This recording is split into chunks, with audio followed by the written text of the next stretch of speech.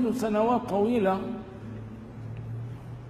كنت قد انتهيت من صلاة العصر وأنا أخرج من المسجد، استوقفني إنسان أمام باب المسجد وقال لي بشدة، قال لي أريد أن أعلم لماذا ابتلاني الله عز وجل بهذه المصيبة وأنا لم أسئ إليه؟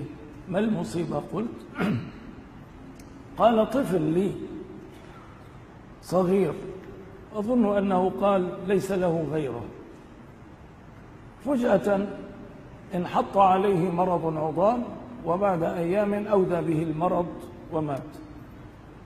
وأخذ يعتب ويقول نعم، ما الذي ارتكبته من جرم حتى يعاملني بهذا الشكل وحتى يتخطف مني طفلي هذا وإلى آخره.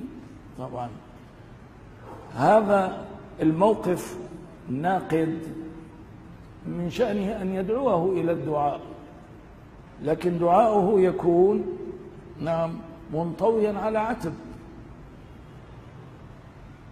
ليس محل الشاهد الجواب الذي أجبته به، إنما محل الشاهد الكلام الذي سنقوله الآن. ومع ذلك لعلكم تقولون ما الجواب الذي سمعه مني؟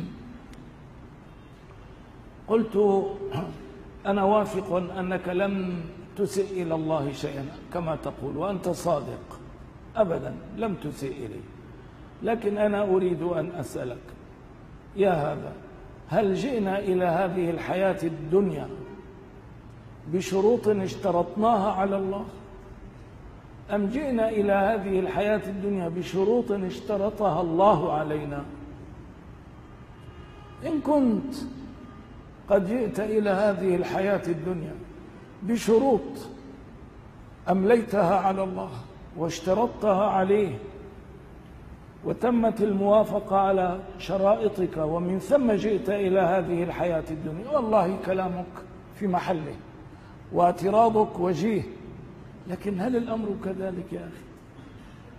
أنا وأنت وهؤلاء الناس جميعا جئنا من العدم إلى هذه الحياة الدنيا لنعيش أيامنا المعدودة فوق هذه الأرض بشروط أملاها الله علينا.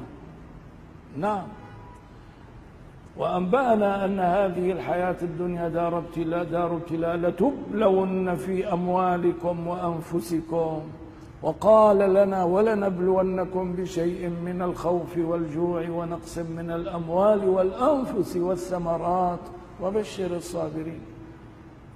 ثم هل أنا وأنت أحرار أم عبيد؟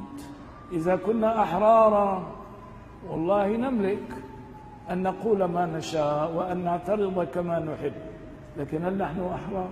نحن عبيد، والعبد لا يملك ذاته فضلا عن ابنه، لا يملك شيئا، هو ملك لسيده يفعل به ما يشاء.